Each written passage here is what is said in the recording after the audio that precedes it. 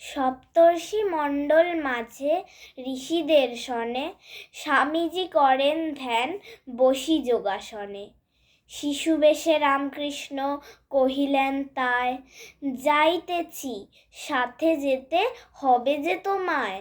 কলকাতা শহরের সিমলে পাড়ায় ভুবনেশ্বরী বসে শিবের পূজায়। পূজা শেষে প্রতিদিন শিবের এসে কয়, তোমার মতন এক ছেলে যেন হয়। কি দুরন্ত ছেলে বিলে, যদি রেগে যায় ভেঙে চুরমার করে কাছে যাহা পায়। মাথায় ঢালিলে জল শিব শিব বলে, অত রাগ তক্ষুনি সব যায় চলে। বিলেসনে ধ্যান ধ্যান খেলিছে সকলে, হেনকালে এলো সাপ ছুটে যায় চলে। সাথী সবে ডাকে, ওরে বিলে চলে আয়, ধ্যানমগ্ন বিলে কিছু শুনিতে না পায়। সব তুলে দেয় বিলে ভিখিরির করে, মাতারে রাখেন পুরে দোতলার ঘরে। জানালা খুলিয়া পথে ভিখারি দেখিয়া, তার কাছে মার শাড়ি দিল সে ফেলিয়া।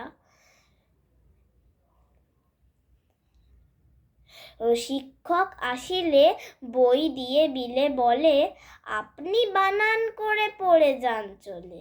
একবার শুনিলেই সব মনে রবে, আমার পড়ার কাজ তাইতেই হবে। অপর জাতের খাওয়া হুঁকো খেলে তাই, যে খায় তাহার নাকি জাত চলে যায়। শুনে বিলে সব হুঁকো টানিয়া টানিয়া, জাত যায় কিনা দেখে পরীক্ষা করিয়া। ভয় বলে কোনো কিছু বিলে জানিত না, চলার পথে সে কোনো বাধা মানিত না। বিপদেও ভয়হীন অটল থাকিয়া, কর্তব্য যেটুকু তাহা যাইত করিয়া। কাজ করিনি তো।